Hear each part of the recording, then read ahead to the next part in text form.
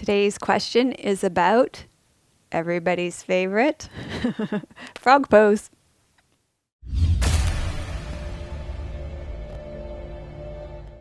Hi, I'm Dr. Melissa West, and welcome to Living Your Yoga. Today's question comes to us from Carla, and she wants to know, could you please tell me in which episode or lesson we did frog pose?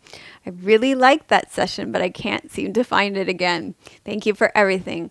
So Carla might be the only person interested in this blog post, but I'm going to try to make more people than just Carla interested in this, because today we're going to talk about the benefits of frog pose, not just the physical benefits, but the metaphysical benefits of frog pose.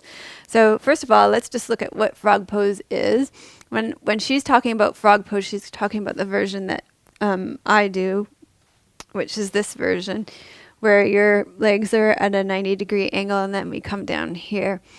And this stretches out your inner thighs, groins, and hips. Is this fantastic second chakra pose, and it releases, it relates a lot to your water element, flexibility, and fluidity. Tightness in your groin might have to do with inflexibility, sexual repression, and inhibition. And weight gain in your hip area can be a desire to keep sexual intimacy at a distance as well. So with frog pose, you thought I was going to stay in it for the whole blog post, which I am not. You are creating external rotation of your hips from your pelvis, and your pelvis represents the beginning of moving energy from your legs into the world. Your hips are symbolic of how you feel about the movement you are taking within yourself out into the world.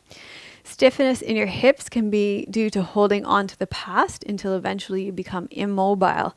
Life is in a constant state of change, and our hips represent this area of continual motion. So when we're talking about poses like this, you can ask yourself questions like, are you resisting change in your life? Frogs are associated with water. It is toads that are always found on dry land. Therefore, frogs encourage us to get in touch with the water element. It may be that things are becoming stagnant in your life and you need to invite in flow. Water is associated with emotions. The frog pose, which also resides at the second chakra in our pelvis, which is also the site of emotions, reminds us to feel our emotions fully and allow them to flow. Try not to allow yourself to drown in any one emotion. Frogs hop and leap, so it might also be time for you to leap onto something new.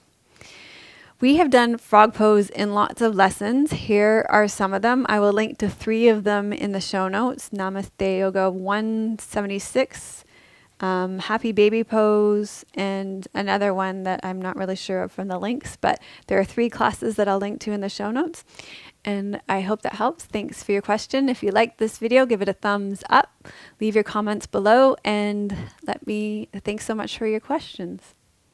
For more tips on how to take your yoga off of your mat and into your life, visit AskMelissaWest.com and have Melissa's videos delivered directly to your inbox. While you're there, ask Dr. Melissa West a question. She may answer your question on an upcoming episode of Living Your Yoga.